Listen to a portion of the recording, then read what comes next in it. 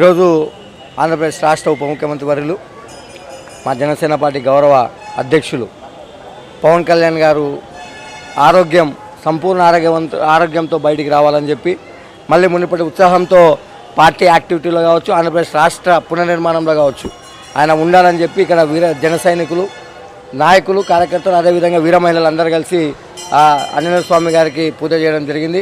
మేమంతా కూడా ఆయన సుభిక్షంగా ఆరోగ్యంగా రావాలని చెప్పి వేదిక ద్వారా కోరుతూ ప్రజలందరూ కూడా ఆయన ఆరోగ్యంగా సంతోషంగా మళ్ళీ మునుపటి ఉత్సాహంతో రావాలని చెప్పి మీరు కూడా మీ ప్రత్యేక పూజలు ఆయన కోసం చేయాలని వేదిక ద్వారా మీ అందరికీ విన్నవించుకుంటూ మళ్ళొకసారి ఆయన ఆరోగ్యం కుదుటపడి ఆనందంగా సంతోషంగా మా మధ్యలో రావాలని చెప్పి మునుపటి కంటే ఉత్సాహంగా ఆంధ్రప్రదేశ్ రాష్ట్ర అభివృద్ధిలో ఆయన పాత్ర కీలకంగా ఉండాలని చెప్పి ఆ భగవంతుని ప్రార్థిస్తూ సెలవు తీసుకుంటున్నాం.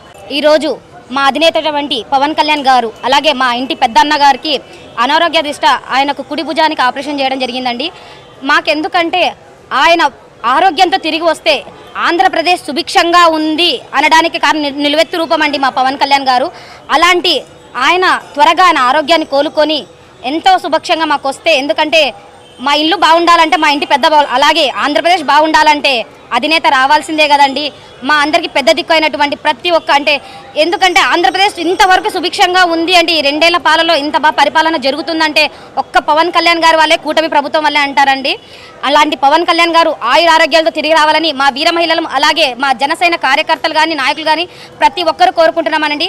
ఆయనకు ఎంతో ఇష్టమైనటువంటి ఆంజనేయ స్వామి ఆలయంలో ఈరోజు అది అమావాస్య గడియల్లో కానీ మేము ఆయనకు చేయించడం అంటే మేము ఎంతో గొప్పగా కోరుకుంటున్నామండి.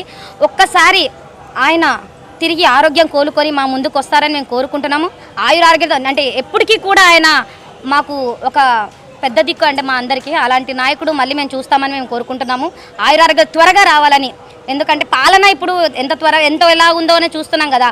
అలాంటి పాలన మాకు సుభిక్షమైన పాలన ఆయన నాయకత్వంలోనే జరుగుతుందని కోరుకుంటున్నామండి. జై జనసేన, జై హింద్. ఓకే, అందరికీ నమస్కారం అండి. ఈరోజు మా కళ్యాణ్ గారు శాసనసభ్యులు చేయడం వల్ల మేము మళ్ళీ ఈరోజు దేవుని పూజల కోసం అందరం కమిటీ సభ్యులు అందరూ కలిసి రావడం జరిగింది. దీంతోపాటు నాయకులు, వీర మహిళలు, కార్యకర్తలు అందరూ పెద్ద సంఖ్యలో పాల్గొన్నారు. ఈరోజు కొండగట్ట ఆంజనేయ స్వామి, అందులో అమావాస్య రోజు మంగళవారం గడియల్లో మా కళ్యాణ్ గారు పూర్తి ఆరోగ్యంతో కోరుకొని మళ్ళీ ప్రజా జీవితంలో తనదైన ముద్ర వేస్తూ రాష్ట్ర ప్రజల్ని మరింత ముందుకు తీసుకెళ్లి ఎటువంటి ఇబ్బంది లేకుండా ప్రజలకు మంచి సుభిక్షంగా ఆయన పాలన అందించాలని కోరుకుంటున్నాం. Thank you.